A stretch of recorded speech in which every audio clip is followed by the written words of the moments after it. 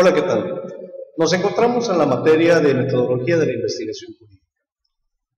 La finalidad del presente documento es precisamente establecer la factibilidad y el uso correcto del método científico y su aplicación en la ciencia del derecho.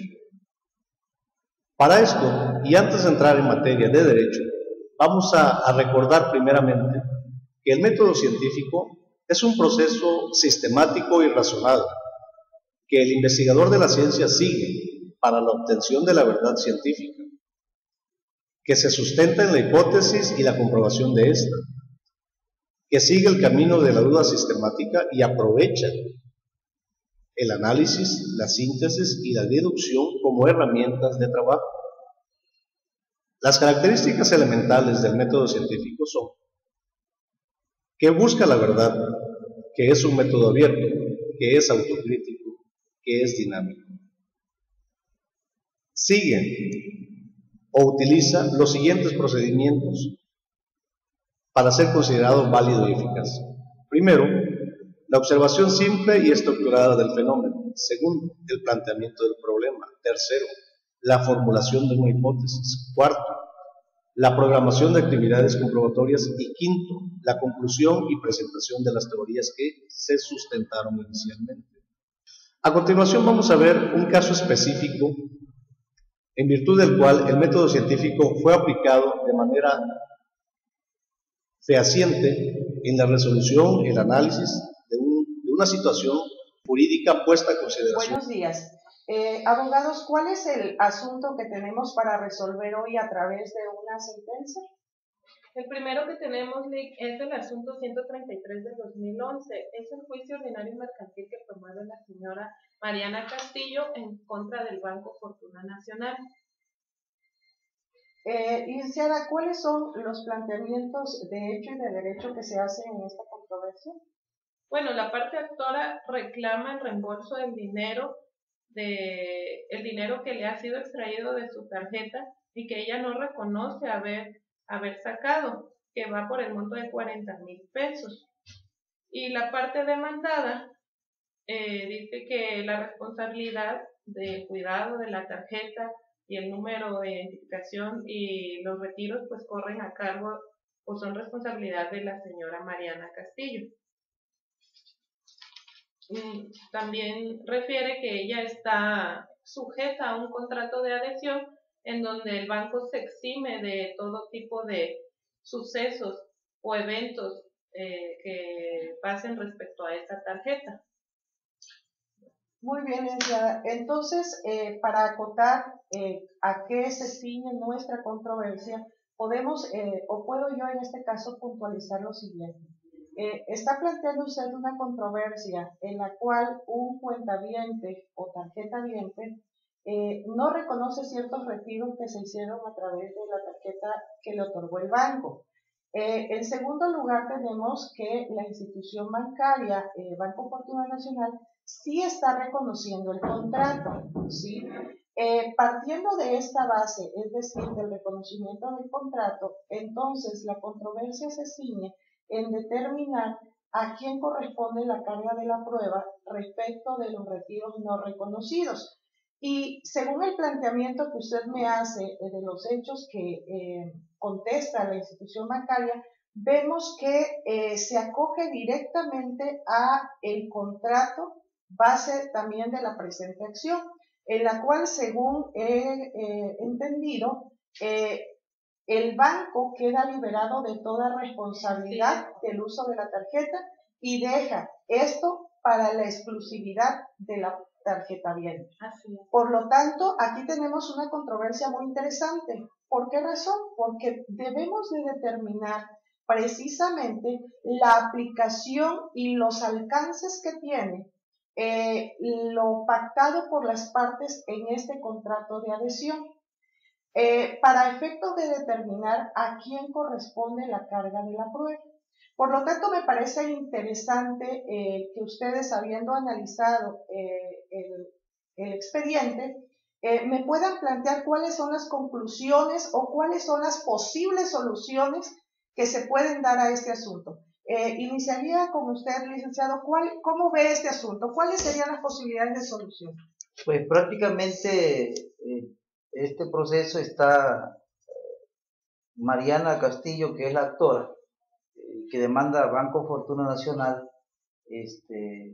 Tenemos, por ejemplo, la teoría de las obligaciones, en la cual entra un contrato y el banco firma un acuerdo con ella, y ella no aprueba la acción por las diferentes probancias que se vendieron en su momento, porque a ella prácticamente le basaría la carga de la prueba, lo cual en su momento procesal oportuno no lo hizo, y no se le debe de dar prácticamente la validez de lo que está reclamando. ¿Cuál es la opinión que tiene usted al respecto, Alicia? Bueno, yo opino que en este caso debemos de basarnos en la igualdad de las partes, en el principio de equidad e igualdad de las partes, toda vez de que no existe una equidad, ya que el banco pues tiene a su alcance todos los medios tecnológicos y el deber también de el resguardo de los dineros o las cantidades que se ponen a su disposición.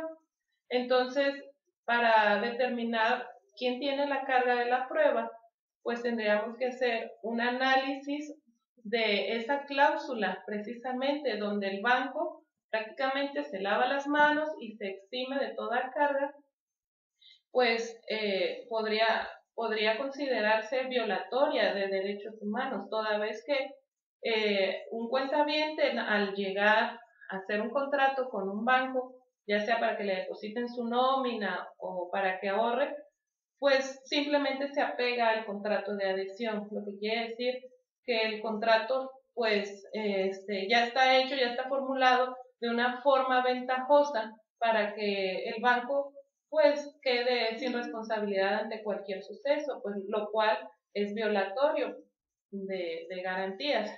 Y si bien se sujetó al contrato, pero pues es un contrato ventajoso o provechoso por parte del banco. Y si realmente no se retiró ese dinero por la parte actora, pues el banco debiera de responder de estas cantidades no reconocidas. Y si el banco, que tiene a su alcance las cámaras, los videos, los guardias, pues el sistema bancario en general, pues bien podría probar que la señora fue la que sacó el dinero, pero ante la negativa del banco de exhibir cualquier prueba, pues ellos deben de tener la carga de la prueba. Y en dado caso, como es algo distinto a lo que se plasma, como lo decía el abogado, a la teoría de las obligaciones, afortunadamente pues podemos usar el control de convencionalidad. El problema, Lee, es de que nosotros tenemos entendido de que el control de convencionalidad pues aplica entre autoridad y particular. Entonces está la duda si este control de convencionalidad puede aplicarse entre contratos celebrados entre particulares.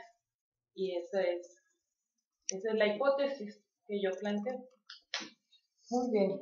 Habiendo escuchado las apreciaciones y argumentos expuestos por ambos, me parece aún más interesante esta controversia, porque por una parte, como reiteraba al inicio, tenemos la postura asumida por la institución bancaria y que parte de la teoría de las obligaciones, que parte del hecho de que las partes se obligan en la forma y términos que quisieron hacerlo, y por lo tanto, partiendo de esta base, sería muy fácil deducir y determinar que la tarjeta habiente se encuentra obligada a respetar lo pactado en la cláusula 10ª, que es la que invoca la institución bancaria respecto del contrato. Esto obviamente sería una posición válida. Sin embargo, me parece también interesante la postura que hace en este caso la licenciada. ¿Por qué razón? Ella invoca algo que me parece muy interesante, que tiene que ver con el hecho de que esta cláusula 10ª del contrato pudiera ser considerada como violatoria de derechos humanos, específicamente a dos principios fundamentales que, como sabemos, se encuentran garantizados en la Convención Americana de Derechos Humanos, en la Constitución y en el Código de Ética Iberoamericano del Juzgador, que tiene que ver con los principios de igualdad y de equidad. Bajo esas circunstancias, me permite a mí como juzgadora tener que determinar si efectivamente esta cláusula es o no violatoria de derechos humanos. ¿Y por qué me encuentro obligada a hacerlo? Me encuentro obligada a hacerlo como autoridad jurisdiccional porque recordemos que conforme a las últimas reformas que se han hecho en materia de derechos humanos a nivel constitucional y conforme a las posturas asumidas por la Suprema Corte de Justicia de la Nación en relación al reconocimiento de las facultades otorgadas en el artículo 133 constitucional de poder analizar y ejercer oficiosamente el control difuso de convencionalidad. Es decir, partiendo de la base de que como autoridad jurisdiccional tengo facultades de analizar el control difuso de convencionalidad ex oficio, por lo tanto no tengo ningún impedimento de hacerlo, independientemente que en esta controversia no se planteó. Por lo tanto, eso no es obstáculo para que yo analice si esta cláusula es o no violatoria de derechos humanos. Otro de los planteamientos que hace la proyectista es: establecido que tenemos la facultad como órgano jurisdiccional para analizarlo oficiosamente, surge otra interrogante. Se ha sustentado jurisprudencia y se ha resuelto diversos casos a raíz del reconocimiento del ejercicio del control difuso de convencionalidad en cuanto a la inaplicación de normas jurídicas. Respecto de esto no hay controversia alguna, es decir, si existe una norma jurídica que sea violatoria de derechos humanos, previo análisis que haga el juzgador, debe inaplicarla en atención a la Convención Americana de Derechos Humanos, a la Constitución o a algún tratado internacional que salvaguarde algún derecho fundamental. Sin embargo, la interrogante es: aquí estamos hablando de actos celebrados entre particulares.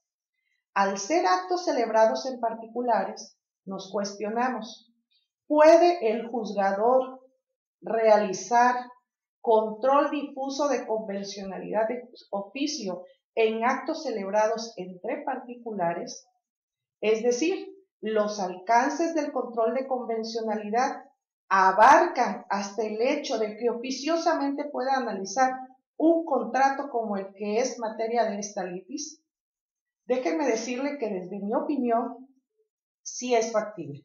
También tenemos que considerar de que la Corte, en este caso, tanto Interamericana de Derechos Humanos como la Suprema Corte de Justicia de la Nación, a través de diversos amparos y ejecutorias, ha determinado que los particulares sí pueden violentar derechos humanos.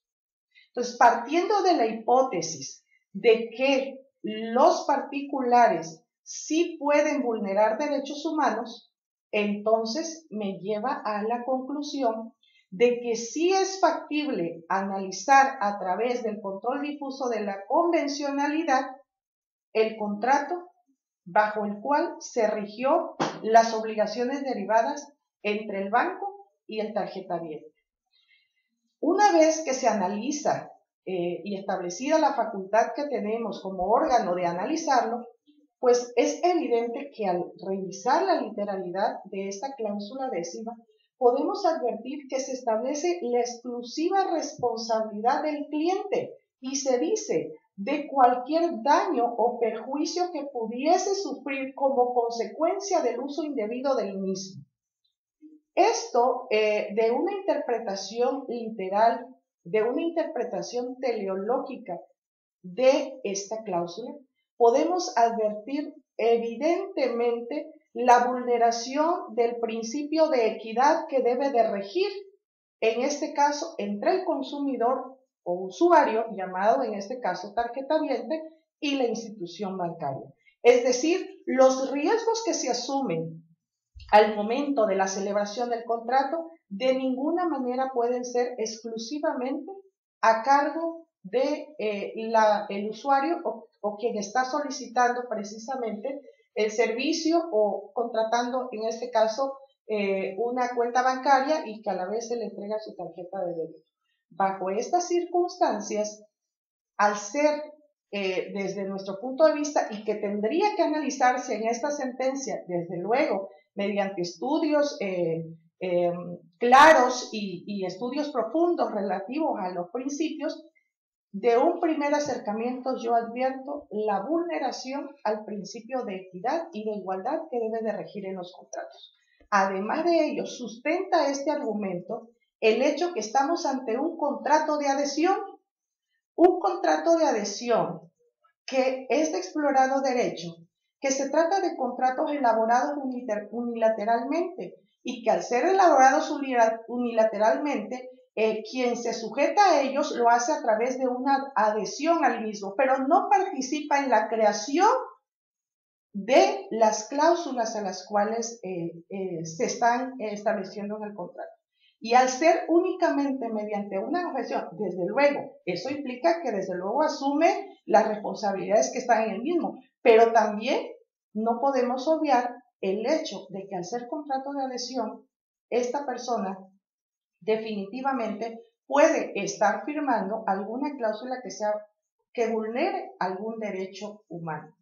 En ese sentido, podemos nosotros considerar que la cláusula décima de este contrato pues es violatoria de los derechos y de los principios de igualdad y de equidad.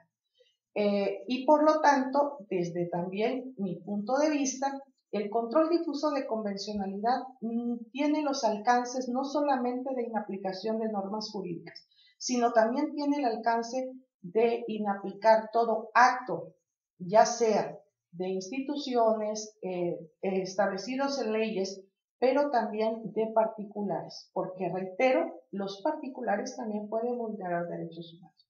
Entonces, al ser esta cláusula violatoria de estos derechos humanos, entonces estamos en la facultad, conforme a las disposiciones que antes he relatado, de inaplicar esta cláusula décima de este contrato. ¿Con qué finalidad? Con la única finalidad de que ambas partes queden en igualdad de circunstancias para efectos de la carga de la prueba. Es decir, que la carga de la prueba incumba a quien tenga a su alcance los mayores elementos para poder aportar o resolver esta controversia. Es decir, que la carga de la prueba no sea exclusiva de la señora Mariana Castillo. Muy bien, señores abogados, una vez escuchado los argumentos vertidos por cada uno de ustedes, las hipótesis de este caso, las posibles soluciones a este caso y también los argumentos también que he vertido en el intercambio de ideas que hemos tenido, puedo concluir que en el caso particular del juicio ordinario mercantil planteado por la señora Mariana Castillo en contra de la institución bancaria, resulta procedente su acción por las siguientes razones. En primer lugar, esta autoridad procede a inaplicar la cláusula 10ª del contrato celebrado entre estas partes en razón de que se considera violatorio de derechos humanos, específicamente de los principios de igualdad y de equidad, y de aplicación respecto de la cual y de aplicación que se realiza en base a las facultades que tengo como órgano jurisdiccional conforme a la Convención Americana de Derechos Humanos, al artículo 1 constitucional que establece la responsabilidad de todas las autoridades del país de proteger, respetar y salvaguardar los derechos humanos por encima de cualquier disposición que existiera en contrario. Además, con apego al artículo 133 constitucional, cuya interpretación reciente por parte de la Suprema Corte de Justicia de la Nación ha establecido que todos los órganos jurisdiccionales estamos facultados para realizar control difuso de convencionalidad ex oficio. Por lo tanto, en base a estas facultades que tenemos tanto de instrumentos internacionales como de nuestra máxima ley en nuestro país, que es la Constitución Política, determino que cuento con las facultades necesarias para la inaplicación de una cláusula derivada de un contrato de adhesión que es violatoria de derechos humanos. Al momento de hacer la inaplicación derivada de este contrato, entonces la carga de la prueba para demostrar el origen de los retiros efectuados del cajero automático de la cuenta bancaria de la señora Mariana, por lo tanto, la carga de la prueba no queda bajo su exclusiva responsabilidad, sino que ésta se revierte a favor de la parte demandada, es decir, a través de la institución bancaria, pues será ésta quien deba de demostrar que efectivamente esos retiros se hicieron con el consentimiento de la antes mencionada. Con base en todo lo anteriormente expuesto, este órgano jurisdiccional llega a la firme determinación de resolver lo siguiente. Primero, la parte actora Mariana Castillo probó los elementos constitutivos de su acción interpuestos en contra de la institución bancaria Banco Fortuna Nacional, quien compareció a juicio pero no probó las excepciones y defensas opuestas.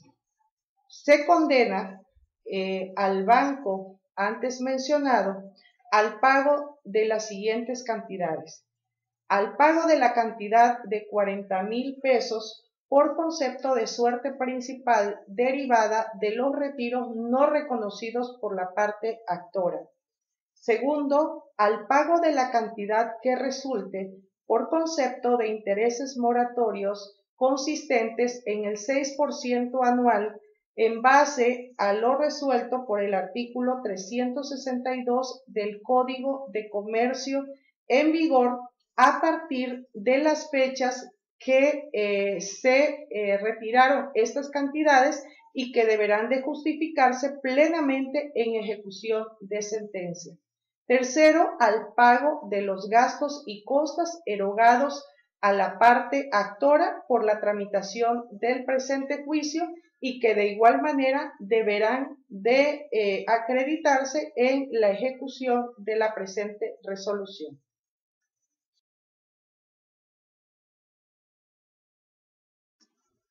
Del análisis del caso expuesto con anterioridad, es posible apreciar cómo el juez de la causa utiliza el método científico para llegar a una conclusión.